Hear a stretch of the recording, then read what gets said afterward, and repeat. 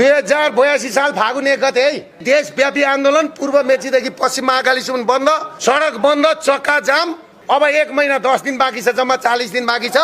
40 दिनमा सबै हामी तयारी गरौँ, मिटिङ बसौँ, कसरी प्लान गर्ने हो गरौँ, आन्दोलनमा जाउँ। म के भन्छु भने सरकारलाई त्यो ब्यालेट छपाउने त्यो गर्ने काममा खर्च नगर्नुहोस्, हामीले भनेको लाइनमा जाउँ। अबको आन्दोलन नेपाल र नेपालीले खोजेको आन्दोलन हुन्छ।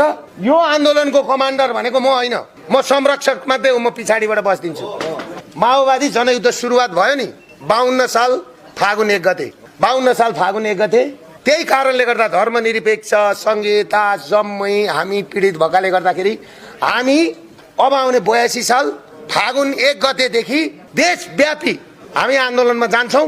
यो आन्दोलनको उद्देश्य भनेको सुशीला कार्की सरकारलाई हटाएर जेएनजी सहितको सरकार बन्नु पर्यो। जब उनले काम गर्न सकेनन्, जेएनजी सहितको सरकार बन्नु पर्यो, संविधान संशोधन हुनु पर्यो, अन्तरिम संविधान लागू हुनु पर्यो।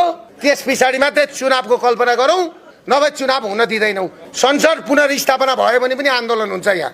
र म सम्पूर्णलाई के भन्छु भने न्यायाधीशहरूलाई हप्काउने काम अलि सुदन गुरुङहरूले गरिरहेछन्। सुदन गुरुङहरूलाई म के भन्छु भने यो तपाईँहरूको चाहिँदो भन्दा ज्यादा बढी भइरहेछ। तपाईँ हाम्रो हातमा पर्नु होला, होसियार गर्नुहोस्। अदालतले गर्दाखेरि आज जेएनजीको माग त्यही थियो त। मैले जेएनजी आन्दोलन हुनुभन्दा 7 दिन अगाडि एउटा स्ट्याटस लेखेको थिएँ।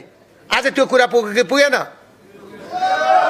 यो प्लानसँगले भएको पुरानालाई विस्थापित गर्ने, सेफ ल्यान्डिङ गर्ने, अनि 84 को चुनाव 82 मा गराएर पश्चिमाहरूले देशै कब्जा गर्ने। त्यो देश कब्जा गरेर के गर्ने थाहा छ? यहाँ पश्चिमाहरू आएर नरेन्द्र मोदीलाई भेनेजुएलाको जस्तो टिपेर नेपालमा ल्याएर यहाँ थुन्ने, त्यो प्लान अनुसार चलेको थियो। यो कुरो कसैले बुझेन। जेएनजीलाई साथ दिँदै गर्दाखेरि नि म प्रधानमन्त्री चाहियो भनेर हिँडेको छैन। जेएनजीलाई साथ दिउँ, अघि बढाउँ, म तपाईँहरूको पछाडि गोठालाको काम गरौँला। गोठालाको तपाईँहरूलाई अगाडि बढाएर कुरा बुझ्नुभयो के?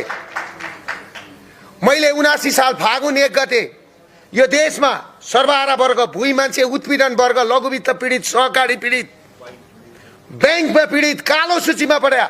नेपाली नेपालभित्रै ब्ल्याक लिस्टमा पर्यो। नेपाली नेपालभित्र कालो सूचीमा परेर उसको नागरिकता चल्दैन, उसको पासपोर्ट चल्दैन। ऊ एउटा छुट्याएको उहिले कस्तो हुन्छ भने त्यो पर सरेपछि स्त्रीहरूलाई छुट्याइन्छ नि, त्यो छुट्याएको जस्तो तरिकाले